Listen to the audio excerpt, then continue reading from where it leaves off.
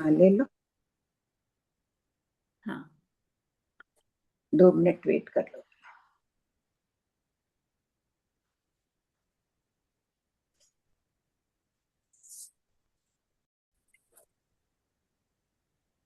श्रेया बुआ।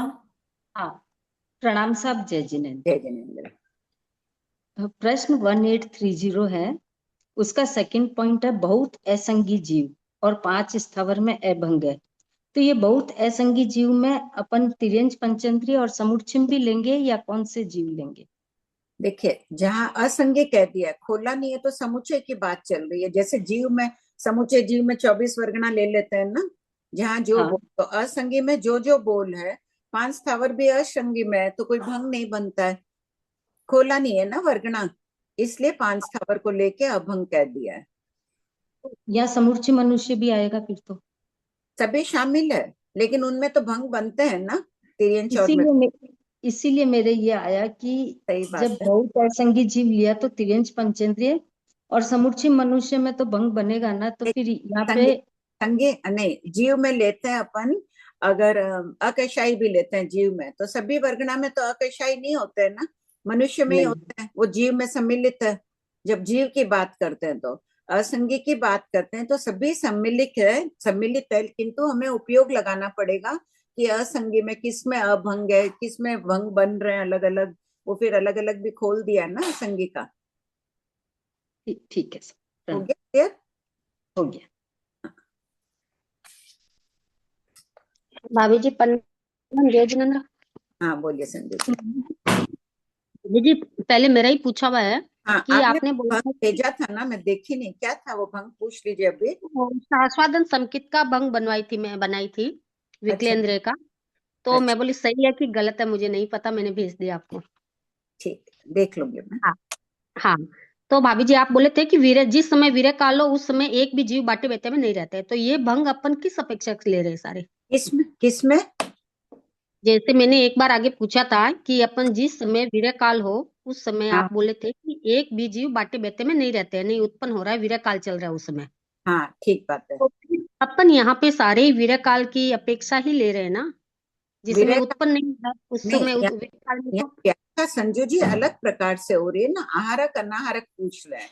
तो अच्छा। अनाहारक विरह काल में नहीं है, तथा विरह काल न भी हो, और कोई ऋजु हम्म गति से ही सभी जीव उत्पन्न हो रहे हैं, वो भी तो हो हम्म। सकता है ना।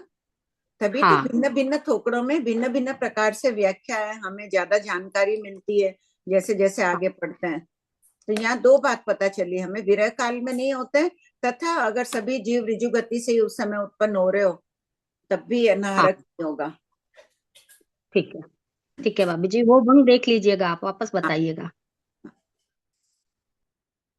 आप पढ़ दीजिए भले ही, अच्छा ही ये सब सुन लेंगे ना, साशातन संकित का है तो संजू जी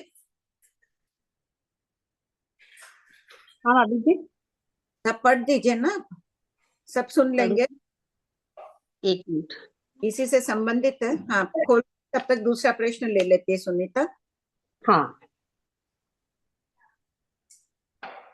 हाँ प्रणाम भाभी जी। हाँ प्रश्न नंबर भाभी जी 1823। हाँ बोलो। इसमें दिया हुआ ना 5 प्रकार के तिर्यंच गर्भ गर्भ से निकलकर सर्वप्रथम क्या आहार करते हैं? तो हम्म, जलचर जल का, स्थलचर माता के दूध का, और खेचर माता के शरीर की स्निग्धता और गर्मी का। तो इसमें ये स्निग्धता और गर्मी से क्या समझना भाभी जी? स्निग्धता यानी जैसे अंडे होते हैं तो उन पर बैठ जाती है ना चिड़िया, तो उसकी जो स्निग्धता हाँ होती है, गर्मी होती है, उससे वही उनका आहार होता है, अंडे का आहार वही होता है। अच्छा, जो माता के शरीर में जो गर्मी रही हुई होती है हाँ उसी से। और एक भाभी जी 1838 में दिया हुआ है ना, नो संयत नो असंयत और नो संयतता संयत हम्म, जीव।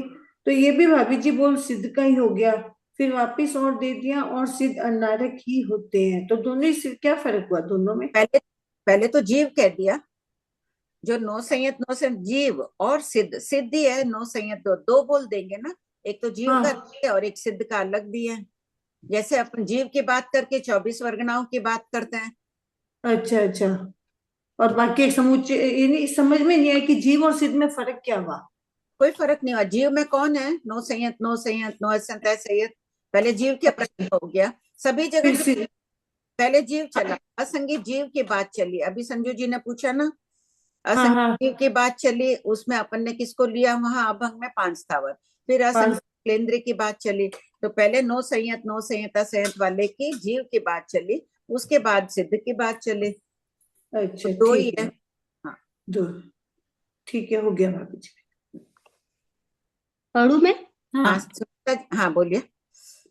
हाँ, सासातन समकित वाला जीव 3 विकलेंद्रिय में, सास्वादन समकित वाले जीव सभी आहारक, यानी उस समय विग्रह गति में एक भी जीव नहीं है, या सभी ऋजु गति से आ रहे हैं, सभी आहारक, यानी पहला भंग आहारक का है, सभी आहारक का।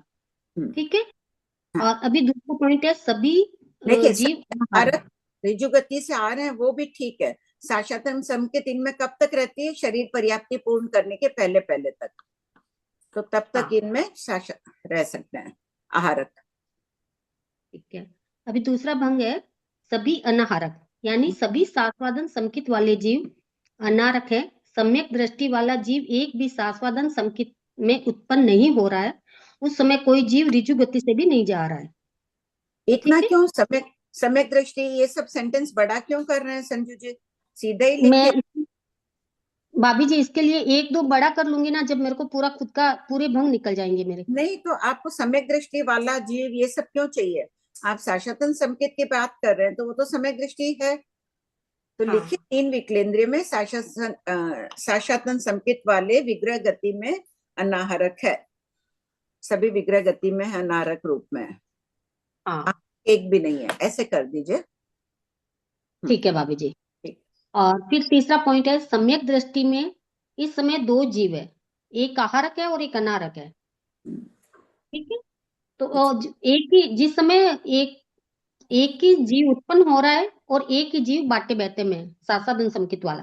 2 जीव उत्पन्न हो रहे हैं, एक अनाहारक है विग्रह गति में साक्षातन संकेत वाला, एक वहां हाँ, पहुंच चुका है, चाहे ऋजु गति से आया है वो, और शरीर पर्याप्ति पूर्ण न हुई तब तक वो आहारक है, साक्षातन संकेत रूप में है।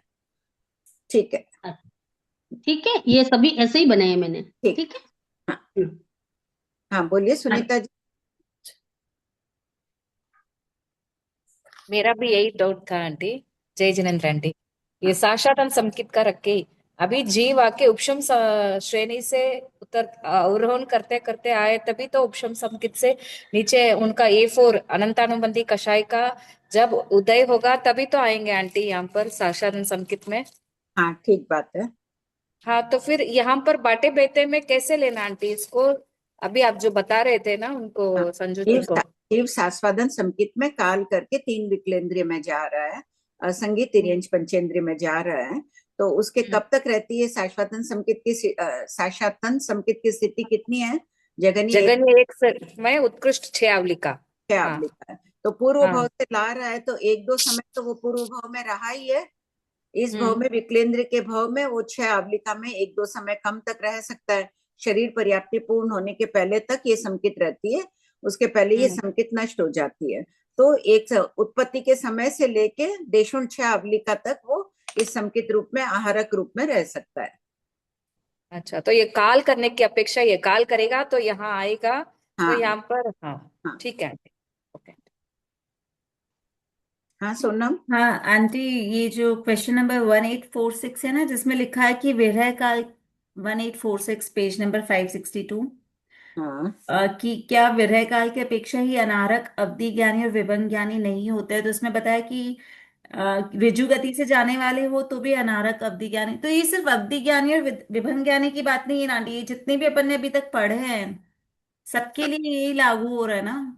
के लिए यही है, ऊपर अवधि ज्ञानी आदि की बात चली ना, इसलिए एक प्रश्न लिख दिया है सभी हाँ के मुझे लगा एकदम स्पेसिफिक किया है, लेकिन बहुत जगह ये वाला लिए। रूल तो वो आ सब ही रहा है। वो सब हाँ जगह सोनम लिखना ही चाहिए था ना, मैं बार बार बोल ही रही थी ना हाँ, कि वो आप कल भी बोले थे आंटी, बस हाँ वही इसके लिए हाँ क्लियर करने के लिए। हाँ हाँ ठीक है आंटी। और आंटी एक और क्वेश्चन है, बस थोड़ा सा और क्लियर करने के लिए, 1831 है आंटी, कि जैसे आपने कल बताया ना कि जब हाँ, एक तीन, मिनट बोल रहे सब कोई। हाँ बोलो सोनम। 1831 है आंटी, की विग्रह गति में मन नहीं होता है तो संगी जीवों का अनाहरक क्यों कहा गया है। हम्म, कल आंटी बात हुई थी ना कि जब 3 समय का अपन ने अनाहरक अवस्था बताई है, हम्म, क्योंकि वो पहले भव की आयु का वेदन नहीं करता, छोड़ कर आ जाता है, उसके आहार ग्रहण नहीं करता है। तो हाँ, फिर यहाँ पे संगी जब वो विग्रह गति में है तो उसको संगी कैसे, मतलब पूर्व भव का तो वो सब कुछ छोड़ ही चुका है, नए। पूर्व छोड़ चुका है, वो संगी में उत्पन्न होने वाला है ना, संगी की आयुष का वेदन करने वाला है अब, पर इसलिए आंटी इसके ऊपर वाला जो क्वेश्चन था अपन पढ़ रहे थे, असंगी जीव नरक में जाता है तो उसके छह भंग बनते हैं। अगर असंगी जीव संगी मनुष्य में आ रहा है तो उसको क्या बोलेंगे? संगी बोलेंगे ना। संगी हाँ, मनुष्य में आ रहा है, संगी रूप में उत्पन्न हो रहा है, इसलिए उसे संगी कहा जाता है। संगी की आयुष का वेदन प्रारंभ हो जाता है। नरक में वो असंगी जीव जा रहा है, उसमें कुछ विलक्षणता है ना। देखो, एक जा रहा है संगी जीव, एक जा रहा है असंगी जीव। संगी जीव के जैसे ही नरक आयु का उदय होगा, उसके अवधि ज्ञान या विभंग ज्ञान का क्षोभम शुरू हो जाएगा। असंगी के नहीं होता है ना। हाँ ठीक है, वो एक डिफरेंस ये नरक में और देवता में आएगा ये ऐसे। के लिए उनका अलग है, बाकी तो परभव की आयुष का वेदन तो प्रारंभ हो ही जाता है बाटे बेटे में। ठीक है आंटी। हाँ कृपा आंटी। आश्रया बुआ रीडिंग कर रहे हैं आंटी। हाँ, कौन सा प्रश्न है? 1847 बुआ। हाँ, प्रणाम साहब, जय जिनेन्द्र सभी को। योग सबके प्रश्न, हैं? कैसे थे सुबह से योग? आज तो बहुत अच्छे थे। बहुत अच्छे थे सबके। हाँ, मेरे तो अच्छे थे। बढ़िया। अपने प्रश्न कारण वन। खराब तो नहीं हुए योग? है श्रेया जी? अपने तो नहीं। अच्छे थे कह दिया, अपने कारण हाँ के खराब नहीं हो वो भी तो हमें ही ध्यान रखना है। हाँ, प्रयास। नहीं आज तो ऐसा कोई गुस्सा कुछ भी हुआ ही नहीं। चलिए। प्रश्न 1847, योग द्वार नंबर 9। सहयोगी बहुत जीव आदि के आहारक अनाहारक का वर्णन कीजिए। उत्तर नंबर 1, सहयोगी बहुत जीव और 5 स्थावर में अभंग, शेष 19 वर्गणाओं के सहयोगी जीवों में अनाहारक अशाश्वत होने से 3-3 भंग होते हैं। इसी प्रकार काय योगी का कहना चाहिए। पॉइंट 2, मन योगी जीव और संगी पंचेंद्रिय की 16 वर्गणाओं के मन योगी तथा वचन योगी जीव और 19 वर्गणाओं के वचन योगी जीव आहारक ही होते हैं, अनाहारक नहीं, क्योंकि अंतराल गति में ये दोनों योग नहीं होते हैं, अतः अभंग। नंबर 3, अयोगी जीव, अयोगी मनुष्य और सिद्ध अनाहारक ही होते हैं। योग द्वार के 5 बोल पूर्ण हुए। प्रश्न 1848, उपयोग द्वार साकार और अनाकार उपयोग वालों में आहारक अनाहारक का वर्णन कीजिए। उत्तर, दोनों उपयोग वाले जीव और 5 स्थावर में अभंग, शेष 19 वर्गणाओं में अनाहारक सदैव न होने से 3-3 भंग होते हैं, सिद्ध अनाहारक ही होते हैं। उपयोग द्वार के 2 बोल पूर्ण हुए। प्रश्न 1849, वेद द्वार बहुत से वेदी आदि के आहारक अनाहारक का वर्णन कीजिए। उत्तर नंबर 1, बहुत से वेदी का समग्र वर्णन उपयुक्त द्वार के समान कहना चाहिए। नोट, जिस जीव जिस वेद में उत्पन्न होता है उस वेद मोहिनीय कर्म का उदय अंतराल गति में ही हो जाता है, इसलिए सवेदी जीव अनाहारक भी होते हैं। नंबर 2, बहुत स्त्रीवेदी और पुरुष वेदी जीव और 15 वर्गणाओं के जीवों में 3-3 भंग। नंबर 3, नपुंसक वेदी जीव और 5 स्थावर में अभंग, शेष 6 वर्गणाओं में 3-3 भंग। नंबर 4, बहुत अवेदी जीवों में अभंग, क्योंकि वर्गणाएं कौन सी है? एक बार वापस बोलिए। नपुंसक वेदी के 5 स्थावर में अभंग, शेष 6 वर्गणाएं कौन सी है? कौन बोलेगा? सोनम? हाँ बोलो सुनीता। आंटी मैं बोलूं या हाँ, सुनीता? 5 स्थावर 5 स्थावर तो हो गया ना, उसके नहीं, शेष 6 कौन से हैं? बोलो भाभी जी, 3 विकलेंद्रिय, नरक, तिर्यंच, मनुष्य। 3 विकलेंद्रिय, नरक और तिर्यंच और मनुष्य में ठीक, नपुंसक। इंद्रियंच पंचेंद्रिय। ठीक है। सुनीता जी, आप भी यही बोल रहे थे? पढ़िए श्रेया हाँ जी। हाँ आंटी, वही बोल रही थी। नंबर 4, बहुत अवैधी जीवों में अभंग, क्योंकि सहयोगी केवली और सिद्ध अवैधी है, ये शाश्वत है। नंबर 5, कौन से अवैधी अशाश्वत है?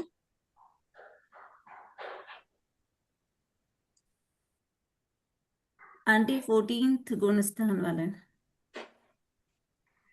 और संजू जी ने भेजा है 11 से, ठीक बात है। प्रतिभा जी ने भेज दिया 9वें गुण स्थान के संकेतम भाग से। ठीक, 13वां तो शाश्वत है प्रतिभा जी, 9 से लेकर 11-12 तक, 12 तक कर लो और उसके बाद में 14। ठीक, पढ़िए। नंबर 5, अवैधी मनुष्य में अनारक सदैव न होने से 3 भंग। नंबर 6, अवैधी सिद्ध अनारक ही होते हैं। वेद द्वार के 5 बोल पूर्ण हुए। प्रश्न 1850, शरीर द्वार, बहुत क्षय शरीरी आदि में आहारक अनारक का वर्णन कीजिए। उत्तर नंबर 1। में 1 मिनट श्रेया जी, श्वेता कुछ बोल रही थी ना, इसमें कुछ छूट गया है शरीर द्वार में। आंटी अच्छा श्वेता दी नहीं आया है। ठीक है, पढ़िए, मैंने भी देखा ही नहीं। उत्तर नंबर 1, बहुत क्षय शरीरी जीव और 5 स्थावर में अभंग, शेष 19 वर्गणाओं में 3-3 भंग। नंबर 2, मनुष्य के औदारिक शरीर में 3 भंग।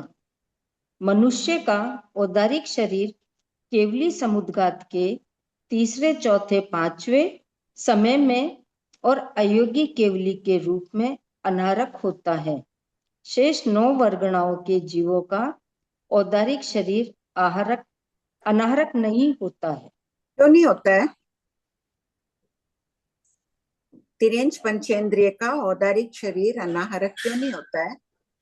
आंटी मैं बोलूं आंटी ट्राई, क्योंकि हाँ, आंटी गाते बहते में उनके शरीर नहीं होता है अनारक अवस्था ठीक में। है, ठीक बात है। शरीर पर्याप्ति पूर्ण होने के बाद ही शरीर माना जाता है ना, पहले नहीं होता है। ठीक है, बोलिए, पढ़िए।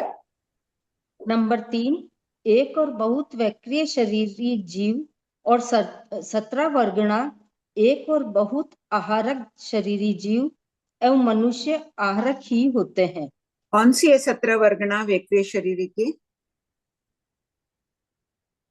13 देवता कोई और बोले? और हाँ हाँ बोलिए। 13 देवता, एक नारकी, पंचेंद्रिय तिर्यंच, मनुष्य और बादर वायु का है। ठीक, वायु का एक ही वर्गण। ठीक।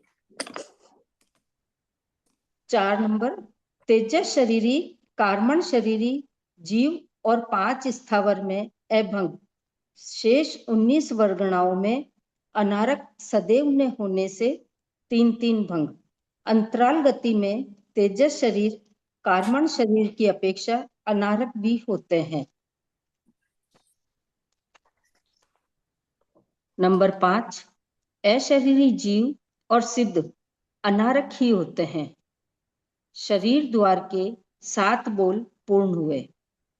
प्रश्न 1851, पर्याप्ति द्वार, पर्याप्तियों में आहारक अनाहारक का वर्णन कीजिए।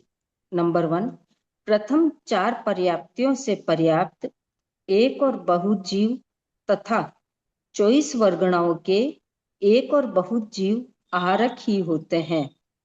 नंबर 2, भाषा मन पर्याप्ति से पर्याप्त जीव और मनुष्यों को छोड़कर पंचेंद्रिय की शेष 15 वर्गणाओं में आहारक ही होते हैं। नंबर 3, भाषा मन पर्याप्ति से पर्याप्त मनुष्य के 3 भंग केवली देखिए, प्रथम 4 पर्याप्तियों से पर्याप्त, प्रथम 4 पर्याप्तियां बोलिए संजू जी।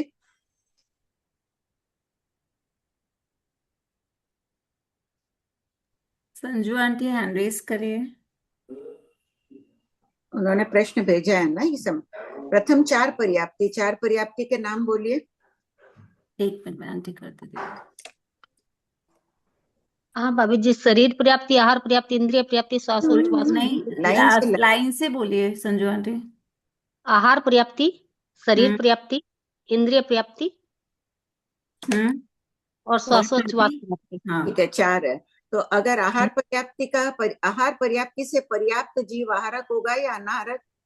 आहारक हो गया। आहारक। इसी प्रकार शरीर इंद्रिय पर्याप्ति से पर्याप्त जीव है। क्या अच्छा, कहलाएगा? वो पर्याप्ति कहलाएगा ना बाबा? पर्याप्त है, आहारक ही होगा ना। हाँ, आहारक, हाँ। बस वही बात है, प्रथम चार पर्याप्तियों की बात चली है तो सभी आहारक होते हैं। और दूसरा बोले भाषा मन पर्याप्ति का यहाँ शामिल बोल है। तो यहाँ देखो विकलेंद्रिय को छोड़ दिया गया है, विकलेंद्रिय के मन नहीं होता है, अच्छा, हाँ इसलिए पंचेंद्र के लिए शामिल में ये भी आहारक ही होंगे, क्योंकि आहार पर्याप्ति हाँ, पूर्ण होगी फिर ही तो बाद में क्रमशः भाषा आदि बाद में। वो भी हाँ ठीक है, होते हैं। हो गया, हो गया, क्लियर हो गया। मनुष्य में तीन भंग है।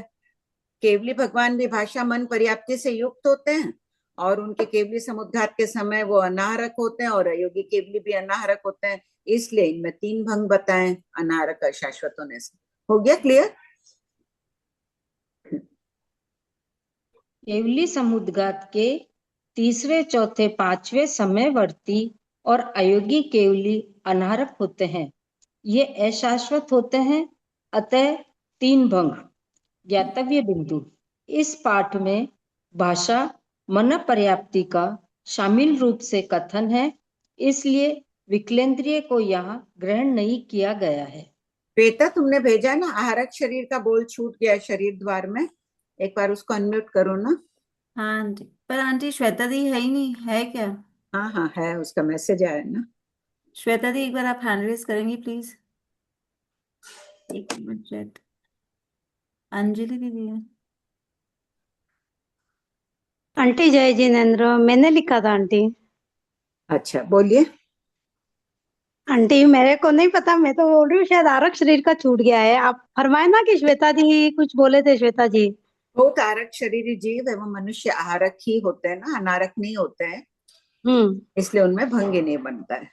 हाँ, तो वो लिखा नहीं है शायद आंटी, अभंग है ऐसा करके। अच्छा अच्छा, हम्म, मनुष्य आहारक ही होते हैं, आगे ऐड कर देंगे इसमें, अनाहारक ही, अनाहारक नहीं होते हैं। आहारक शरीर की बात हो रही है आंटी? दोनों विकृत शरीर की 17 वर्गणाओं में भी अच्छा। विकृत शरीर बनने के बाद तो अभी तुम ही जवाब दे थे ना, ये आहार जाते हैं अनाहारक नहीं होते हैं, बाटे बेटे में नहीं है ना विकृत शरीर। हाँ सिर्फ हाँ तेजस कार्बन शरीर है सोनम, तो उनको तो दे ही दिया ना, तीन भंग वो अनाहारक भी होते हैं तेजस कार्बन। हाँ, तो आंटी आहारक और वैकृत शरीर का ऐड कर लेंगे कि वो आहारक अवस्था में ही होता है, अनाहारक नहीं होते उसमें। हाँ अनाहारक नहीं होता है, इसलिए भंग नहीं है। ऊपर दे दिया है ना, देखो औदारिक शरीर में दिया है 9 वर्गना के जीवों का, औदारिक शरीर आहारक नहीं, अनाहारक नहीं होता है, इसलिए हाँ। में भी भंग नहीं बन देंगे। कुछ कभी हो तब तो भंग भी बनेंगे ना, कि सभी आहारक बहुत अनाहारक एक, ये भंग बनेगा ही नहीं, इसलिए अनाहारक होते पॉइंट हैं। में दे रखा है आंटी, थर्ड पॉइंट में आपने आरक शरीर का दे रखा है। नहीं लेकिन ये नहीं दिया ना कि अनाहारक नहीं होते हैं इसलिए भंग नहीं, इसलिए अभंग। जी जी आंटी, ये लिख लो सबको, ठीक है। जी आंटी। ऊपर भी लिख सकते हैं विक्रिय औदारिक शरीर में भी पॉइंट 2 में, शेष 9 वर्गनाओं के जीवों में औदारिक शरीर अनाहारक नहीं होता है, इसलिए इनमें अभंग। मनुष्य में 3 भंग ले लिए केवली भगवान की अपेक्षा, ये बात लिखनी चाहिए थी, इसलिए अभंग। सबके क्लियर हो गया ये? श्रेया जी? हाँ, ये तो क्लियर हो गया। प्रश्न 1850 का एक 4th नंबर का पॉइंट थोड़ा सा। देखिए तेजस कार्बन शरीर, बाटे बेटे में तो वो 2 ही शरीर है। हाँ, अगर अनाहरक है तो कौन सा शरीर है अनाहरक? तेजस कार्बन में। तेजस कार्बन। और औदारिक शरीर तो आहारक हो जाएगा, आहार पर्याप्ति हो गई, आहार ले लिया तब। ठीक, अच्छा ठीक है। बढ़िया। प्रश्न 1852, अपर्याप्तियों में आहारक अनाहारक का वर्णन कीजिए।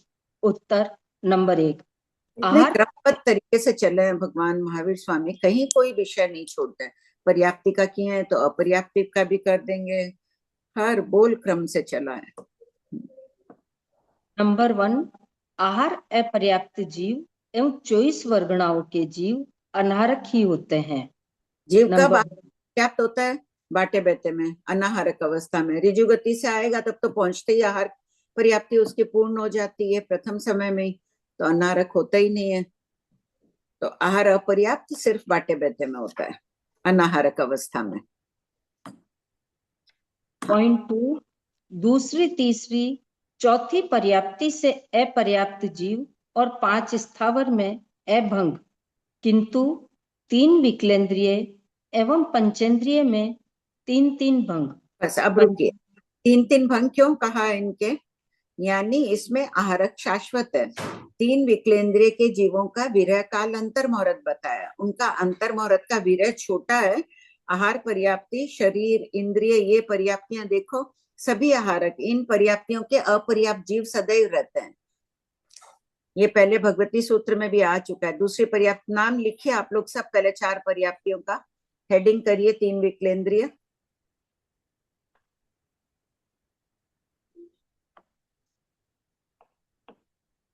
तीन विकलेंद्रिय, 4 पर्याप्ति लाइन से लिखिए। आहार, शरीर, इंद्रिय, श्वासोश्वास।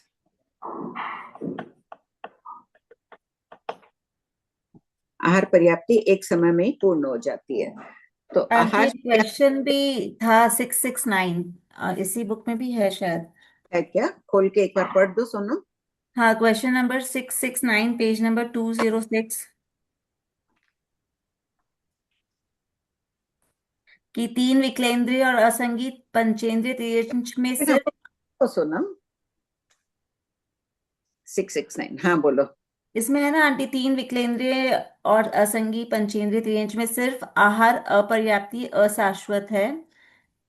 इसी हाँ से रिलेटेड ही ना आंटी, ये वैसा ही है। हाँ सेम है सोनम, पढ़ लो। हाँ, अपर्याप्ति अशाश्वत है, शेष सभी अपर्याप्तियां शाश्वत है, तो इनके उत्पत्ति का उत्कृष्ट विरह अंतर्मुहूर्त क्यों कहा गया है?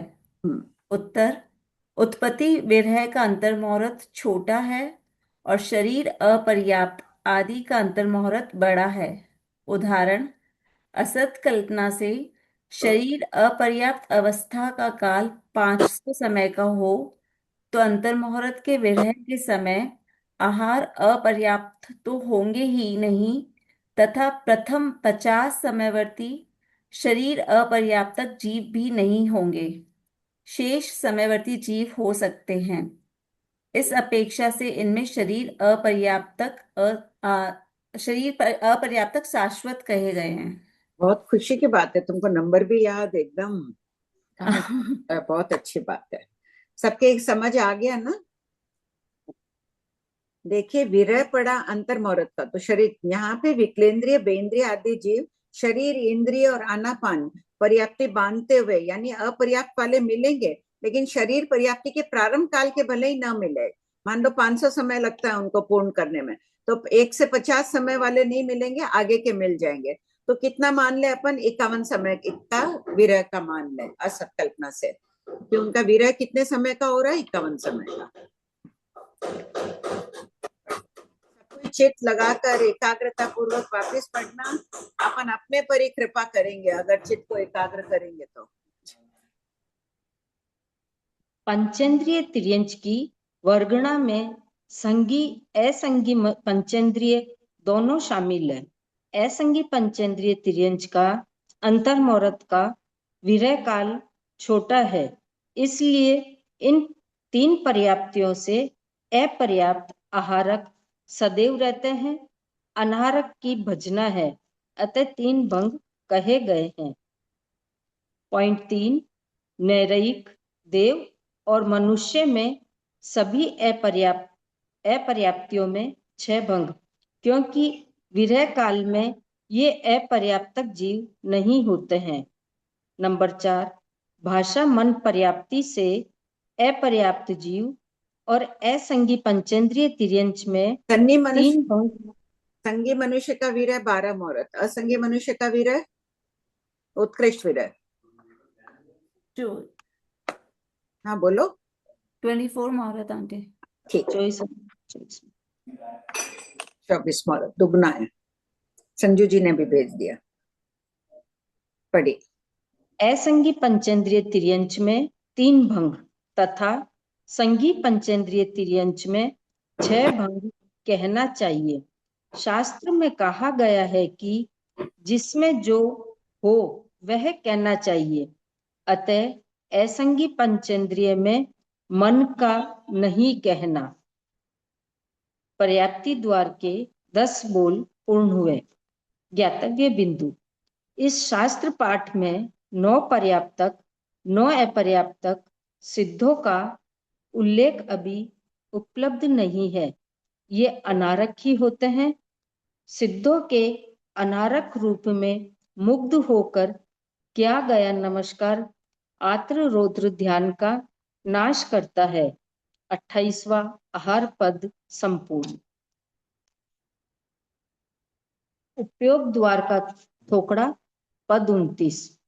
पूर्वापर संबंध।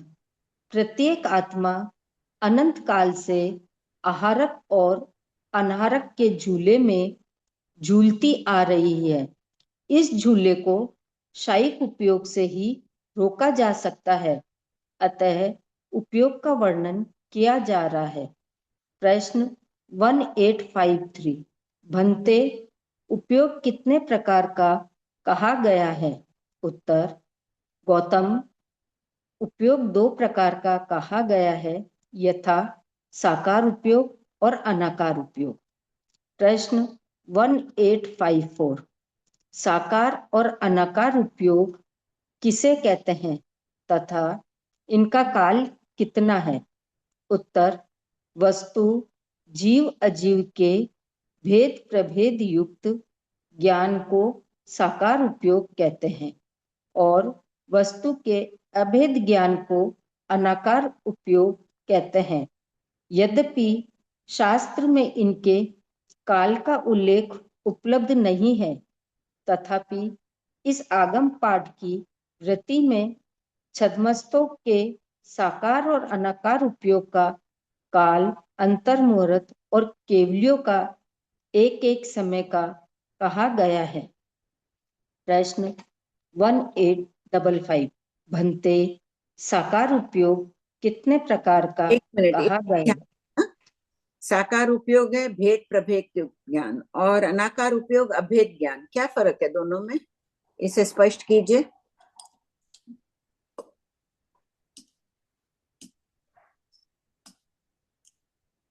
हाँ बोलो प्रतिभा। प्रणाम भाभी जी। हाँ। साकार उपयोग में भेद ज्ञान होता है, यानी ये अलग अलग डिटेल में विश्लेषण करके वस्तु को देखता है, और सामान्य उपयोग यानी अनाकार उपयोग जो है वो सामान्य रूप से वस्तु को देखता है, ऊपर ऊपर से देखा जैसे टाइप वैसा। अच्छा ठीक है एकदम। निर्मल जी बोलिए।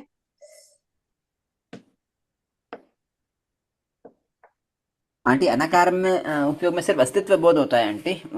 जैसे कौन सा कलर वलर को कुछ या कुछ एक्स्ट्रा ज्ञान कुछ नहीं होता है, अस्तित्व बोध होता है आंटी। एकदम ठीक है, दोनों का उत्तर ठीक है, खाली भाषा में अंतर है। उसका अस्तित्व, यहाँ भेद हो गया कि अमुक ने देखी कोई वस्तु है, अगर दिख गया कि ये पेंसिल है लाल है तो साकार उपयोग बन गया, भेद अभेद आ गया। हाँ सुनीता बोलो। भाभी जी मैं ये बोल रही थी, जैसे विग्रह गति में कोई जीव ज्ञानोपयोग में रहता है, कोई दर्शनोपयोग में रहेगा। हाँ तो भाभी जी काल करते समय कोई ज्ञान में है तो फिर वो ये थोड़ी है कि वो ज्ञान ही लेकर जाएगा, या दर्शन में काल कर रहा है तो जैसे हाँ लेके जा रहा है, भगवान कह रहे हैं देखो आगे आ जाएगा। अच्छा जो बता रहे हैं साकार उपयोग, कुछ ना कुछ जहाँ यहाँ से भेद लेके चला है 2-3 समय तक वो उपयोग में कायम है।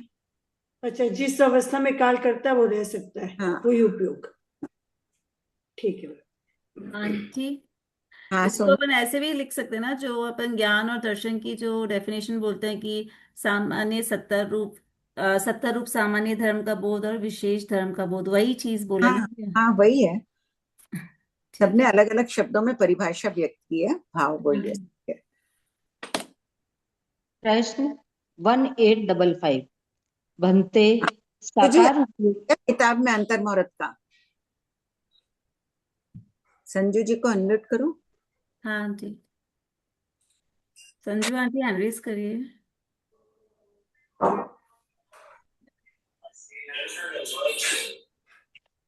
बापी जी, पहले अपन एक समय का ले रहे हैं, वो अभी अंतर्मुहूर्त कर दिया ना? अभी अंतर्मुहूर्त ही ले लिया, यहाँ पे अंतर्मुहूर्त लिखा हुआ है ना? अंतर मुहूर्त कह रहे हैं, अभी तक आया नहीं है, रिटर्न में नहीं आया गुरुदेव के वहां से। आई स्थिति में तो एक समय का दिया हुआ है, यहाँ पे अंतर्मुहूर्त लिया है, इसके लिए पूछ रही हूँ। नहीं, अब वो चेंज होने वाला है, अभी आया नहीं है। केवलियों का अंतर मुहूर्त कर दिया क्या उसमें का स्थिति में? नहीं नहीं, हाँ, मुझे कार्य स्थिति में आपने एक समय का दिया है, फिर आप उस समय बोले थे कि अंतर्मुहूर्त कर दिया, और यहाँ अंतर पर मुहूर्त है। अंतर्मुहूर्त मैंने ये भी कहा था कि अंतर मुहूर्त होने वाला है, अभी प्रमाण और खोज के लिखा हुआ आया नहीं है, होने वाला है। ठीक है। हाँ प्रतिभा।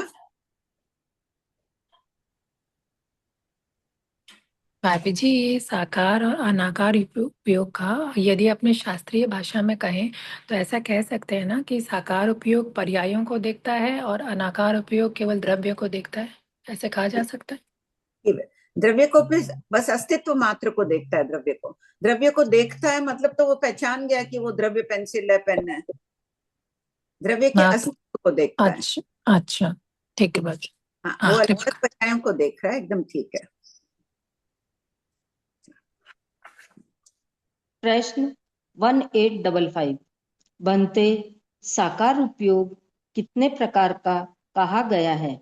उत्तर गौतम, साकार उपयोग 8 प्रकार का कहा गया है, यथा नंबर 1 आभिनी बौद्धिक ज्ञान साकार उपयोग, नंबर 2 श्रुत ज्ञान साकार उपयोग, नंबर 3 अवधि ज्ञान साकार उपयोग, नंबर 4 मनपर्यव ज्ञान साकार उपयोग, नंबर 5 केवल ज्ञान साकार उपयोग, 6 मति अज्ञान साकार उपयोग, 7 श्रुत अज्ञान साकार उपयोग, 8 विभंग ज्ञान साकार उपयोग।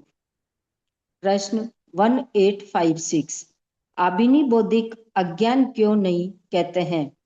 उत्तर अर्थ की ओर अभिमुख होते हुए जो नियत बोध हो उसे अभिनी बौद्धिक ज्ञान कहते हैं। नियत बोध के लिए सम्यक दर्शन की अनिवार्यता बताने के लिए भगवान महावीर ने आभिनी बौद्धिक अज्ञान शब्द का प्रयोग नहीं किया है। प्रश्न 1857 भन्ते अनाकार उपयोग कितने प्रकार का कहा गया है? उत्तर गौतम, अनाकार उपयोग 4 प्रकार का कहा गया है, यथा चक्षुदर्शन अनाकार उपयोग, अचक्षुदर्शन अनाकार उपयोग, अवधि दर्शन अनाकार उपयोग, केवल दर्शन अनाकार उपयोग। प्रश्न 1858 जीव और 24 वर्गणाओं में उपयुक्त 12 उपयोग में से कितने उपयोग होते हैं? उत्तर जीव में अपनी योग्यता के अनुसार भिन्न भिन्न संख्या में उपयोग होते हैं। जीव नंबर 1 जीव और मनुष्य में उपयोग 12, ज्ञान 5, अज्ञान 3, दर्शन 4, नैरिक देव पंचेंद्रिय तिर्यंच उपयोग 9, ज्ञान 3, अज्ञान 3, दर्शन 3, 5 अणुत्तर विमान उपयोग 6, 3 ज्ञान और दर्शन 3, 5 स्थावर उपयोग 3, अज्ञान 2, दर्शन 1, अचक्षु दर्शन। द्विइंद्रिय 3 त्रिइंद्रिय में उपयोग 5, ज्ञान 2, अज्ञान 2, दर्शन 1, अचक्षु दर्शन। चतुरिंद्रिय में उपयोग 6, 2 ज्ञान, 2 अज्ञान, 2 दर्शन। सिद्ध भगवान में उपयोग 2, केवल ज्ञान, केवल दर्शन। प्रश्न 1859 उपयोग पद का उपसंहार क्या है? उत्तर उपयोग जीव का असाधारण गुण है। शायोपशमिक उपयोग श्रुत ज्ञान की भी अनुपम महिमा है। इसका विकास करते हुए इसके चिंतन मनन में निमग्न होने से आत्मा स्वर्ण के समान शुद्ध और तेजस्वी बनकर शायिक उपयोग केवल ज्ञान को प्राप्त कर लेती है। यह उपयोग पद का सहार है। हाँ बोलो प्रतिभा, प्रश्न ले लो।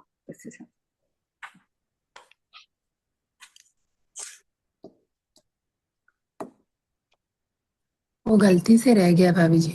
हाँ अंजलि।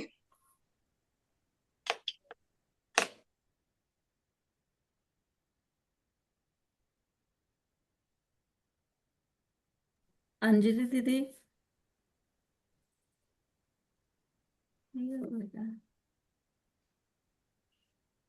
आंटी जी प्रणाम। हाँ आंटी जो बोलो। हम अनाकार उपयोग साकार उपयोग बोल रहे हैं ना, तो अनाकार उपयोग में क्या समझना है कि वो वस्तु हमें दिख रही है पर हम अंडरस्टैंड नहीं कर पा रहे कि वो क्या है, ऐसा? हाँ अस्तित्व मात्र होना। मतलब एक तो अस्तित्व होता है ना, जैसे हमारे पीछे से कोई निकला तो हमको लगता है कोई निकला है, पर हमने देखा नहीं है। एक हमने फीलिंग में आता है कि कोई है, हाँ ऐसा। बस वो अनाकार है, और जब हमने देख लिया अमुक ने ये कपड़े पहने, वो था ये था, वो बन गया ज्ञान। भेद प्रभेद हो गए ना। जी आंटी। और ये नहीं, एक तो हमारे फीलिंग में आया कि कोई है करके, और हाँ एक बस हमारी नजर में आ गया कि है, बट अभी क्लियर नहीं हो पाया कि पेन है या पेंसिल है या क्या है। हाँ तो बस वो क्या रहेगा? वो साकार में आ जाएगा। वो अनाकार में आया ना। खाली हमें नजर आया कोई अस्तित्व है, कोई वस्तु है, पता नहीं चला पेन पेंसिल क्या है, तो वो अनाकार ही हुआ। ओके, वो अनाकार का ही रहेगा जब तक क्लियरेंस नहीं होगी, हमारे क्लियर हाँ नहीं हो जाएगा। हाँ ठीक। क्लियर होते ही साकार हो गया। प्रणाम। भाभी जी, हाँ शोभा भाई। भाभी जी बाटे बैते में उपयोग चेंज हो सकता है कि ज्ञाना उपयोग से दर्शन में चला जाए जीव, अगर जैसे दो स्थिति समय स्थिति हाँ पूर्ण हो जाए तो हो भी सकता है, हालांकि कहीं लिखा हुआ नहीं मिलता है, लेकिन होने में बाधा नहीं लगती है। मान लो साकार उपयोग की स्थिति पूर्ण हो गई, अब या वो काल ही वैसे करेगा कि साकार उपयोग की स्थिति पूर्ण होने के बाद ज्ञान कहीं अज्ञान उसमें इस साकार संबंध में में ज्ञान उल्लेख इस संबंध में उल्लेख उल्लेख नहीं उल्लेख नहीं है। उल्लेख नहीं। कैसे बोले? ठीक, अगर तो यही समझे स्थिति पूर्ण हो तो हो सकता है। हो सकता है, अपन कह सकते हैं यदि हाँ इनकी स्थिति, अब इनकी स्थिति भी खाली अंतर्मुहूर्त बताई गई है, हाँ तो वो अंतर्मुहूर्त भी कितना माने, पूर्ण हो नहीं हो ऐसा कोई दिया नहीं है। जैसे 10वें जीव स्थान में बोल देते हैं साकार उपयोग में ही रहता है, तो ऐसा कहीं उल्लेख, अनाकार नहीं रहता 10वें में।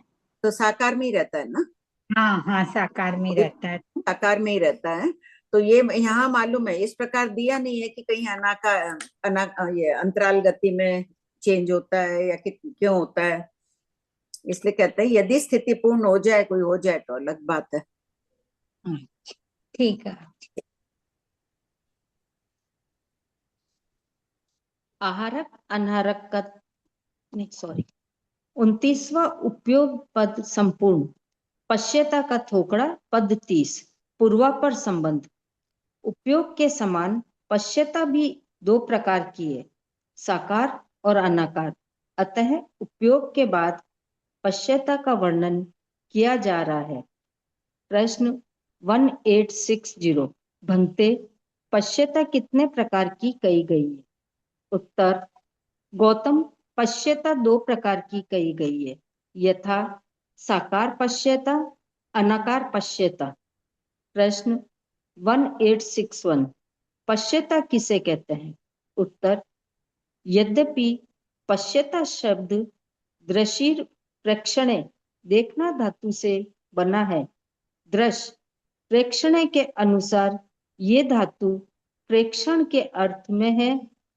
प्रकृष्टम ईक्षणम प्रेक्षणम, अर्थात सूक्ष्मता से किसी विषय में अवगाहन करना, उसे देखना दर्शन है।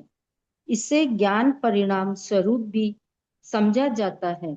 अतः पश्यता शब्द यहाँ साकार और अनाकार दोनों प्रकार के बोध का प्रतिपादक है। साकार पश्यता किसे कहते हैं? इसके कितने भेद है? उत्तर, त्रैकालिक ज्ञान को साकार पश्यता कहते हैं।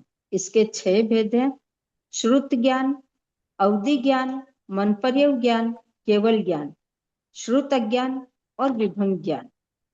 अनाकार पश्यता किसे कहते हैं? तथा इसके कितने भेद है? उत्तर, चक्षु इंद्रिय अथवा साक्षात आत्मा से वस्तुओं को सामान्य रूप से स्पष्ट देखने को अनाकार पश्यता कहते हैं। मात्र वर्तमान कालिक बोध हो तो पश्यता नहीं कहलाता है। इसके 3 भेद हैं, यथा चक्षु दर्शन, अवधि दर्शन और केवल दर्शन। प्रश्न 1864, मति ज्ञान, मति अज्ञान और अचक्षु दर्शन पश्यता क्यों नहीं है? उत्तर, मति ज्ञान और मति अज्ञान इंद्रिय एवं मन के निमित्त से होता है। इंद्रियों एवं मन का विषय वर्तमान कालिक है, इसलिए ये दोनों साकार पश्यता नहीं है। नंबर 2, अचक्षु दर्शन में स्पष्ट बोध नहीं होता है, इसलिए यह अनाकार पश्यता नहीं है। प्रश्न 1865, उपयोग और पश्यता के अंतर को स्पष्ट कीजिए। नंबर 1, साकार उपयोग के त्रैकालिक और वर्तमान कालिक दोनों उपयोग ग्रहित हैं, जबकि साकार पश्यता के त्रैकालिक विशेष बोध ग्रहित है। नंबर 2, अनाकार उपयोग में स्पष्ट, अस्पष्ट, सामान्य और विशेष दोनों भाव ग्रहित है, जबकि अनाकार पश्यता में स्पष्ट विशेष भाव ही ग्रहित है। नंबर 3, उपयोग के 12 भेद हैं और पश्यता के 9 भेद ही हैं। प्रश्न 1866, जीव और 24 वर्गणाओं में उपयुक्त 9 पश्यताओं में से कितनी कितनी पश्यताएं पाई जाती है? उत्तर, जीव और मनुष्य में पश्यता 9, ज्ञान 4, अज्ञान 2, दर्शन 3, नैरयिक, देव, पंचेंद्रिय त्रियंच पश्यता 6, श्रुत और ज्ञान श्रुत और अवधि, अज्ञान 2, दर्शन चक्षु और अवधि। 5 अणुत्तर विमान में पश्यता 4, श्रुत और अवधि, चक्षु और अवधि। 5 स्थावर, जीव 1, श्रुत अज्ञान, पश्यता 1, श्रुत अज्ञान, द्विइंद्रिय त्रिइंद्रिय पश्यता 2, श्रुत अज्ञान, श्रुत अज्ञान, चतुरिंद्रिय पश्यता 3, श्रुत ज्ञान, श्रुत अज्ञान, चक्षु दर्शन, सिद्ध भगवान पश्यता 2, केवल ज्ञान, केवल दर्शन। प्रश्न 1867, बनते, क्या केवली इस रत्न? सुनीता बोलो।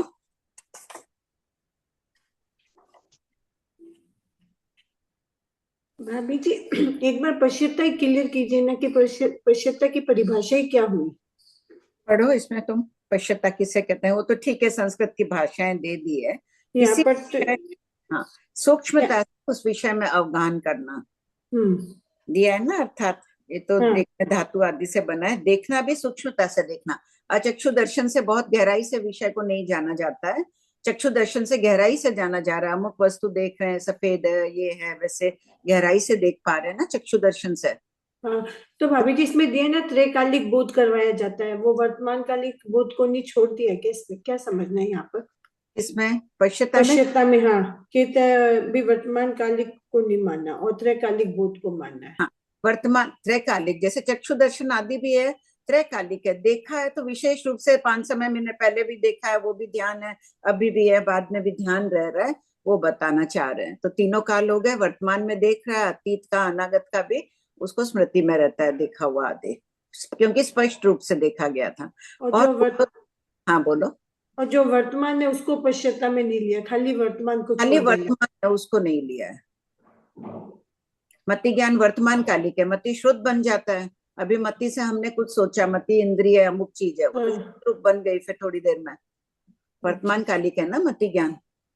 ठीक है, तो मति ज्ञान को इसलिए पश्यता में नहीं लिया। ज्ञान का भी सुनीता वापस प्रति प्रश्न आना चाहिए। धारणा मति ज्ञान का भेद है, संख्या असंख्य काल की बातें याद रहती है, वो मति ज्ञान का एक विशिष्ट प्रकार हो गया। सामान्य रूप से मति ज्ञान को वर्तमान कालिक कह दिया, वर्तमान काल में ग्रहण किया, वो याद रह गया। ऐसे तो चक्षु दर्शन से भी देखो, अभी देखा और देखते ही रह रहे हैं, किसी प्रकार से मानो इसको बहुत अच्छे तरह से स्पष्ट नहीं कर पा रहे थे वो भी। जैसे अवग्रह या वह धारणा, धारणा को तो समझ लो कि उसमें चला गया कि भी वो तो बहुत समय तक है, लेकिन अवग्रह को भी मति ज्ञान ले लिया है ना। हाँ, अवग्रह को भी मति और अवग्रह क्या है? सामान्य बोध है। सामान्य बोध चक्षुदर्श अनाकार है। तो कई शास्त्रकार, ग्रंथकार आदि तो ये कह रहे हैं कि अवग्रह ज्ञान का हेतुभूत है, वो दर्शन ज्ञान का हेतुभूत है, इसलिए अवग्रह को ज्ञान में लिया है। अवग्रह ज्ञान नहीं है, वो दर्शन ही है। वो जो सामान्य बोध हो रहा है उसको दर्शन में भेद ले लिया, हाँ, लेकिन ज्ञान में लिया है ना अवग्रह या ज्ञान में। तो इसीलिए कह रहे हैं कारण में कार्य का उपचार करके अवग्रह को ज्ञान में लिया गया है, कि अवग्रह के कारण ज्ञान हुआ। वैसे अवग्रह दर्शन का भेद है, दर्शन का भेद है। ठीक है भाभी जी। हाँ भाभी जी, हाँ। ये 1865 का 2 नंबर पॉइंट जो है, ये अनाकार उपयोग में स्पष्ट अस्पष्ट, ये दोनों बातें क्यों कही है, सामान्य और विशेष अनाकार में? सामान्य चक्षु दर्शन सामान्य हो गया, अवधि और केवल आत्मा प्रत्यक्ष देख रही है, विशेष हो गया। अच्छा, उस अपेक्षा से ठीक है भाभी जी, हो गया। पढ़िए। प्रश्न 1867, भंते, क्या केवली इस रत्न प्रभा पृथ्वी को आकारों से, हेतुओं से, उपमाओं से, दृष्टांतों से, वर्णों से, संस्थानों से, प्रमाणों से, प्रत्यवतारों से जिस समय जानते हैं उस समय देखते हैं, और जिस समय देखते हैं उस समय जानते हैं? उत्तर, गौतम, ये अर्थ समर्थ नहीं है। भंते का उपयोग गया सबका बार बार, पढ़िए। भंते, ऐसा किस कारण से कहा जाता है कि केवली इस रत्न प्रभा पृथ्वी को आकारों से यावत प्रत्यवतारों से जिस समय जानते हैं उस समय देखते नहीं है, जिस समय देखते हैं उस समय जानते नहीं है? उत्तर, गौतम, जो साकार होता है वह ज्ञान होता है, जो अनाकार होता है वह दर्शन होता है। इस कारण से गौतम, ऐसा कहा जाता है कि केवली जिस समय जानते हैं उस समय देखते नहीं है, और जिस समय देखते हैं उस समय जानते नहीं है। इसी प्रकार शर्करा प्रभा पृथ्वी यावत ईशत प्राग भरा पृथ्वी परमाणु पुद्गल 2 प्रदेशी स्कंद यावत अनंत प्रदेशी स्कंद तक कहना चाहिए। नोट के नाम बोलिए। रत्न प्रभा, शर्करा प्रभा, बालुका प्रभा, पंख प्रभा, धूम प्रभा, तम प्रभा, तमस्तम प्रभा। नोट, जीव स्वभाव के कारण छद्मस्तों के समान केवल ज्ञानियों में भी साकार और अनाकार उपयोग क्रमशः ही होता है। प्रश्न 1869, केवली भगवान आकारों से यावत प्रत्यवतारों से जानते हैं, इसे स्पष्ट कीजिए। नंबर 1, उत्तर नंबर 1, आकारों से। रत्न प्रभा पृथ्वी आदि को आकार और प्रकारों से जानते हैं। जैसे रत्न प्रभा में 3 प्रकार के कांड विभाग है, खर कांड, रत्न कांड, पंख बहुल कांड और जल बहुल कांड। इनका विस्तृत वर्णन श्री जीवा जीवाभिगम सूत्र द्वितीय प्रतिपत्ति में देखें। नंबर 2, हेतुओं से अर्थात युक्तियों से। जैसे रत्न प्रभा में, रत्न कांड में रत्नों की प्रभा कांति है, अतः रत्न प्रभा नाम सार्थक है। नंबर 2, उपमाओं से। जैसे पद्म राग, पद्म नामक रत्न विशेष के वर्ण के समान रत्न प्रभा कांड है। नंबर 4, दृष्टांतों से। अर्थात उदाहरणों से जैसे रत्न प्रभा, शर्करा प्रभा आदि से भिन्न वस्तु है इत्यादि। वर्ण आदि से अर्थात वर्ण, गंध आदि के संख्य, असंख्य आदि गुणों को भली भांति जानते हैं। नंबर 6, संस्थानों से अर्थात रत्न प्रभा के बाहर की रचना एवं अंदर के नरकावासों, भवनावासों आदि की रचना को जानते हैं। नंबर 7, प्रमाणों से अर्थात रत्न प्रभा की लंबाई, चौड़ाई, मोटाई आदि रूप में परिणामों को जानते हैं। नंबर 8, प्रत्यवतारों से अर्थात पूर्ण रूप से चारों ओर से व्याप्त करने वाले पदार्थों से जैसे रत्न प्रभा चारों ओर से घनोदधि वलय से व्याप्त है। ज्ञातव्य बिंदु, केवल ज्ञान का असाधारण और अनुपम विषय आत्मा की अनंत शक्ति का सूचक है।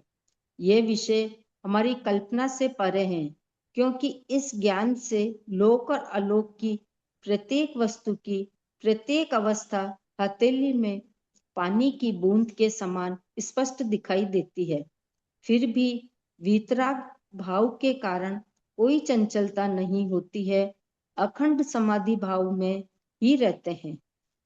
प्रश्न 1870, भंते, क्या केवली इस रत्न प्रभा पृथ्वी को अनाकारों से, अहेतुओं से, अनुपमाओं से, अदृष्टांतों से, अवर्णों से, असंस्थानों से, अप्रमाणों से, अप्रत्यवतारों से देखते हैं, जानते नहीं हैं? उत्तर, हाँ गौतम, केवली इस रत्न प्रभा पृथ्वी को अनाकारों से यावत अप्रत्यवतारों से देखते हैं, जानते नहीं। इसी प्रकार यावत ईसत प्राग भरा पृथ्वी परमाणु पुद्गल यावत अनंत प्रदेशी स्कंद तक कहना चाहिए। प्रश्न 1871, भंते, ऐसा किस कारण से कहा जाता है कि केवली इस रत्न प्रभा को अनाकारों से देखते हैं, जानते नहीं? उत्तर, गौतम, जो अनाकार होता है वह दर्शन देखना होता है और साकार होता है वह ज्ञान जानना होता है। इसलिए कहा जाता है कि इस रत्न प्रभा पृथ्वी को अनाकारों से यावत देखते हैं, जानते नहीं है। तीसरा, पश्चातापद संपूर्ण। अभी जी मैं पूछ रही थी, ये अपने खाली वर्णन ऐसा आता है कि 7 पृथ्वी और ईशत प्राग भरा पृथ्वी, तो ये स्पेशलिटी इसमें कुछ है, इसलिए सिर्फ इन 8 का ही नाम आता है, बाकी है जैसे मुख्य देवलोक की रूप से पृथ्वियां बड़ी वगैरह? हाँ, देवलोक की पृथ्वियां आदि, तो इतने देवलोक के कितना करते हैं? मुख्य रूप से 8 स्वतंत्र पृथ्वियां तो यही हुई। देवलोक में मान लो पहली पृथ्वी ले लेते हैं, पहले देवलोक ले लें, उसमें कितनी पृथ्वियां हैं, कितने विमान हैं, क्या व्याख्या करेंगे? उनके अलग अलग स्थानों में तो बता ही दिया, इतने देवलोक के, इतने विमान हैं। एक पृथ्वी पिंड रूप में तो ईशत प्राग भरा पृथ्वी और यही अलग अलग है। अच्छा, उनके भेद ज्यादा है इसीलिए नहीं बताया होगा। भेद, हाँ, फिर उनके अलग पत्र हैं, पत्रों में इतने विमान है, तक बताते हैं अलग अलग। ठीक है, ठीक है, हाँ बोलिए श्रेया जी।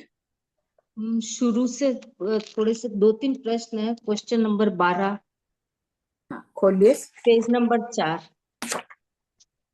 पढ़ रहे हैं क्या अभी पुराना? हाँ, शुरू किया था पुराना। अच्छा, बोलिए। इसमें है कि जो ये श्रुत परिग्रह को मंगल कारक एवं उपादेय मानने वाला हो। क्वेश्चन 12, कल्प वृक्ष के समान शास्त्रों को पढ़ने का अधिकारी कौन होता है? उत्तर, शास्त्रों को पढ़ने का अधिकारी वह है जिसे सर्वज्ञ वचनों पर पूर्ण श्रद्धा हो, शास्त्र ज्ञान में रुचि हो, तत्व ज्ञान में अपूर्व आनंद की अनुभूति हो, वर्णित विषय का मनोमस्तिष्क में वैसा ही दृश्य खड़ा रखने का सामर्थ्य हो और स्वाध्याय का तीव्र पुरुषार्थ करने में समर्थ हो तथा शुद्ध परिग्रह को मंगल कारक एवं उपादेय मानने वाला हो।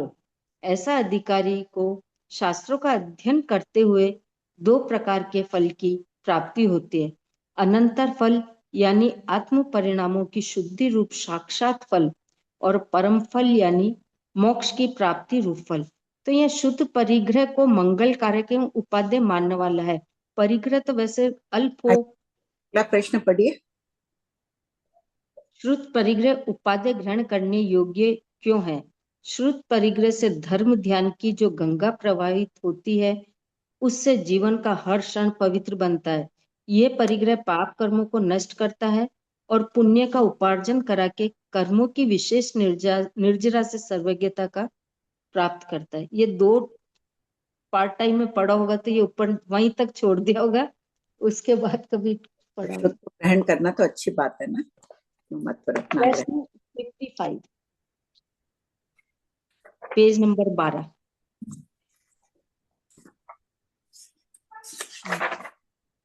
बहुबीजक वृक्षों के 10 भेदों में जीवों की संख्या का वर्णन कीजिए। बहुबीजक वृक्षों के प्रथम 6 भेद असंख्य जीवों वाले होते हैं। प्रत्येक पत्ते प्रत्येक जीव वाले, फूल बहुत जीव और रूप, और फल बहुत बीज जीव वाले होते हैं। आगम में एकस्तिक और बहुबीजक वृक्षों के नाम 3-3 गाथाओं में कहे गए हैं। तो ये एकास्टिक एक बीज वाला और बहुबीजक बहुत बीज वाले पेड़ों के नाम जो है उसके 3 गाथाओं में ये नाम दिए गए हैं। तो बहुबीजक वृक्षों के प्रथम 6 भेद, तो बहुबीजक के जो प्रथम 6 भेद कहे गए हैं, ये 6 भेद कौन से हुए? 6 भेद आगे दिए हुए हैं ना। आंटी मैं हाँ, बताऊं क्या? हाँ बताओ जरूर। इसमें आंटी वो लाइन से चलते ना, मूल, कंद, स्कंद, त्वचा, शाखा और प्रश्न नंबर खोलाओ। आंटी ये तो प्रवाल, भगवती में था। प्रवाल, पृष्ठ, ये सब वो भुआ 10 भेद आते हैं ना, कि मूल, कंद, स्कंद, त्वचा, हाँ शाखा। हाँ उसके हाँ, स्टार्टिंग के 6। लास्ट में प्रवाल पृष्ठ कुछ आता है। हाँ, हाँ लास्ट में प्रवाल है, छठा वाला। ये हाँ भगवती सूत्र में उसमें आए हुए थर्ड तो भाग में। इसमें भी दिया है ना, ऐसे तो देखो 10 ये भेद दिए ही हैं। पीछे 53 में पढ़ो एक बार। मूल, कंद, स्कंद, त्वचा, हाँ, शाखा और शाखा और प्रवाल, फिर पत्ते, पुष्प, फल, फिर फल और बीज। बीज और हाँ, फूल। 10 हो फल गए। लास्ट में बीज आ जाएगा। हाँ, ठीक है। एक है ना ये 71 तृणमूल, कंदमूल, पेज नंबर 15। तृणमूल, कंदमूल और वंशी मूल में कितने जीव कहे गए हैं? तो ये तृणमूल, कंदमूल और वंशी मूल का मीनिंग क्या है? ये अनेक प्रकार की वनस्पतियां हैं, अब हमें क्या नाम पता नहीं। अच्छा, बस ये खास यही चीज की तो ये तृणमूल किसको कहा, कंदमूल और वंशी मूल। वनस्पति कोश में भी इनका स्पष्टीकरण नहीं मिला था। अच्छा, ठीक है सर। भाभी जी, ये जो प्रश्न था ना 55, ये इसमें जो है ना कि असंख्य जीवों वाले होते हैं, मतलब जैसे कोई एक भेद ले लिया, मान लो मूल, कंद या कुछ भी, तो उसमें यानी असंख्य जीव ही होंगे। हाँ, जबकि अपने एक जगह कहीं पढ़े है ना कि मूल अनंत जीव होता है, या उत्पत्ति के समय नहीं, उत्पत्ति के समय वनस्पति अनंत कायिक होगी। उसके बाद अगर वो असंख्य शरीर वाली है तो फिर उसमें असंख्य जीव ही रहेंगे। ये अच्छा पहले फिर प्रश्न में इसी। अच्छा, हाँ, फिर सेकंड नंबर जो पॉइंट है, पत्ते प्रत्येक जीव वाले, मतलब एक पत्ता में एक ही जीव रहेगा। एक जीव है, उसकी नेश्राय में अनेक जीव आके उत्पन्न हो जाए वो एक अलग बात है। पत्ता स्वतंत्र रूप से एक पत्ते वाला है, एक जीव वाला है। और फूल देखो बहुत जीव रूप। पत्ते में भी बहुबीजक वृक्षों में ये बात बता रहे हैं, पत्ते अनंत जीवी भी तो होते हैं, हम्म जो भगवती सूत्र में आया हुआ 23वें शतक में। 10 ही भेद को अनंत जीवी बताया। मूल, कंद, स्कंद, त्वचा सभी के अनंत जीव वाले भी होते हैं, पत्ते, फल, फूल, बीज सभी। जैसे एलोवेरा का आया हुआ है हाँ ना। हाँ,